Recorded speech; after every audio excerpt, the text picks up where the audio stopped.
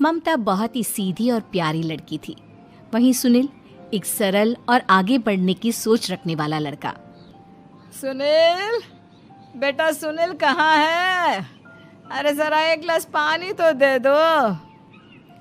हाँ माँ, अभी आया। क्या माँ, पानी तेरे सर के पास ही तो रखा है। क्या हो गया है, तबीयत खराब है क्या?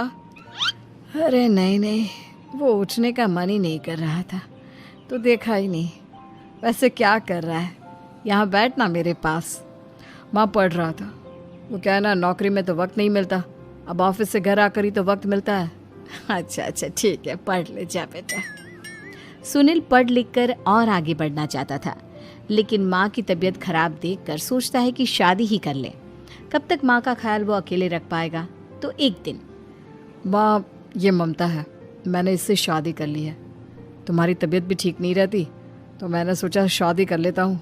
घर संभालने वाली और तुम्हें संभालने वाली कोई आ जाएगी तो अच्छा रहेगा। माँ अचानक से सामने बहू देखकर हैरान रह जाती है। बेटा ये क्या बात होती है? न बैंड, न बाजा, न दहेज, न शगुन, ऐसे कैसे बहू आ गई? माँ तू तो जानती है मैं नौकरी के साथ पढ़ाई कर रहा हूँ, तो कहाँ से इतना पैसा बचा पाता कि धूमधाम से शादी करता। वैसे भी माँ लोग तो आकर खाकर निकल जाएंगे, इसलिए बस वैसे ही। माँ जी, मैं आपका ख्याल रखूंगी। वैसे भी ये आगे की पढ़ाई कर रहे हैं, अच्छा कुछ कर गए तो सबके दिन फिर से अच्छे आ जाएंगी। सास को ममता की बात ठीक तो लगती है, लेकिन मन में कहीं ना कहीं लगता है कि कहीं बहू बेटे को लेकर फुर्र ना हो जाए और फिर तो वो रह जाएगी अकेली। बेटा देख, मेरा जो कुछ भी है वो सुनील ही है, और सुनील का भी अब इस दुनिया में मैं ही हूँ और कोई नहीं। क्या सुनील? बिल्कुल माँ, लेकिन आज से ममता भी मेरे जीवन का अहम हिस्सा है, जैसे तू है। सास को बड़ा बुरा लगता है कि उसकी सल्तनत में कोई और हिस्सेदार कैसे हो सकता है। कैसे कोई और उसके 30 साल के बेटे की जिंदगी में अचानक से आकर बराबर का हिस्सेदार बन सकता है। देख बहू, मैं भले थोड़ा बीमार रहती हूँ, लेकिन इसका मतलब यह नहीं कि घर की चीजों में मेरा कंट्रोल खत्म हो गया है। मैं आज भी इस घर की रानी हूँ, समझी? बेटा सोचता है कि ये माँ को अचानक से क्या हो गया।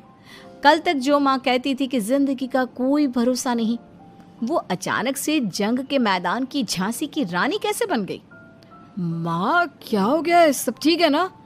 अचानक कैसी बात कर रही हो? ममता का आज पहला दिन है, स्वागत करो उसका।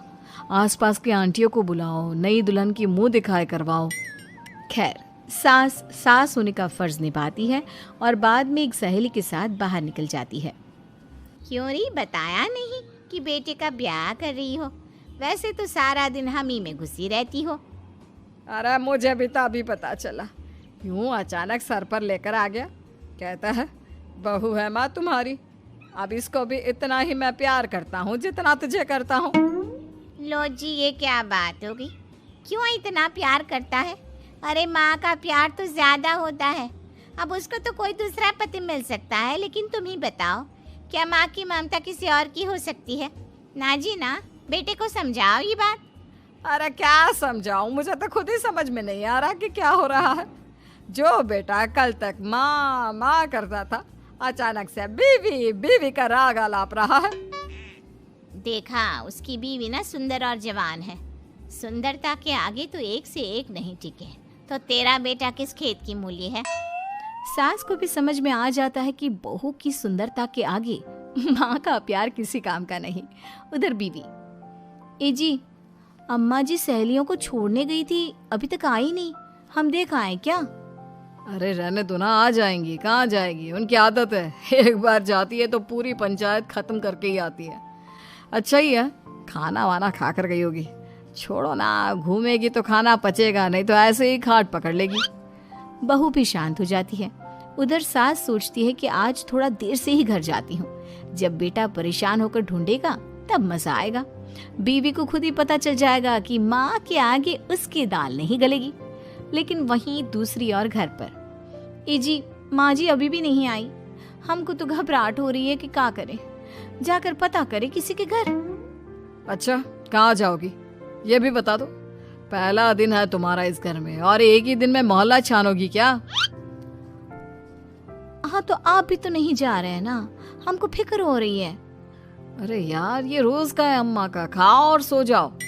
बस फिर क्या था, बेटा बहू खाना खाते हैं और कमरे में सोने चले जाते हैं। उधर जब सास को कोई देखने नहीं आता तो वो हार कर घर आ जाती है, जहाँ वो देखती है कि सारे घर की लाइट्स बंद है। सास को गुस्सा आता है, बहू, ममता बहू कहाँ हो? लेकिन सारे दिन की थकी बहू को ऐसी नींद आती है जैसे किसी ने भांग की गोली खिला दी हो। वो तो नहीं उठती। उठकर आ जाता है बेटा। अरे क्या बात है अम्मा, काहे चिल्ला रही हो? अरे सो जाओ ना, सुबह की थकी है बहू, वो सो रही है। जोर से बोलोगी तो नींद खुल जाएगी उसकी। माँ को गुस्सा आ जाता है। फिलहाल तो सो जाती है, लेकिन मन ही मन ढेर सारा जहर बहू के लिए भरा होता है। सुबह बहू चाय बना रही होती है कि सास धीरे से गैस तेज कर देती है, जिससे चाय का बर्तन जल जाता है। और जैसे ही बहू चाय का बर्तन उठाती है, उसका हाथ जल जाता है। मेरा हाथ जल गया। वो जोर जोर से चिल्लाकर इधर उधर भागती है कि सास थोड़ी देर में उसके हाथ में पानी डाल देती है। हाय रे बहू, क्या कर रही हो? पहली बार रसोई छुई हो क्या? सासू माँ, गलती से गैस तेज रह गई थी और बर्तन जल गया, जिससे मेरा हाथ जल गया। हाय रे, कितना गंदा दाग। छी छी छी छी, मुझे तो उल्टी आ रही है तेरा गला हुआ मांस देखकर। तू ना मुझे अभी साथ से खाना मत लगाना। बहू भी खुद का हाथ देखती है तो उसे भी रोना आ जाता है। कुछ दिनों के बाद सास की सहेली आती है, बहू चाय बनाकर लाती है। उसके जाने के बाद सहेली कहती है, बहू की सुंदरता ऐसी है कि कोई भी दीवाना हो जाए। वैसे तेरे बेटे का क्या हाल है? अरे वैसा ही है, बहू के पीछे लट्टू। क्या करूं, कुछ समझ में नहीं आ रहा। मैंने तो बहू के चेहरे पर दिवाली के पटाखे की चक्री फेंक दी, उसका पूरा चेहरा जल गया। अब देखो ना रही सुंदरता, और ना ही अब मेरा बेटा उसे पूछता है।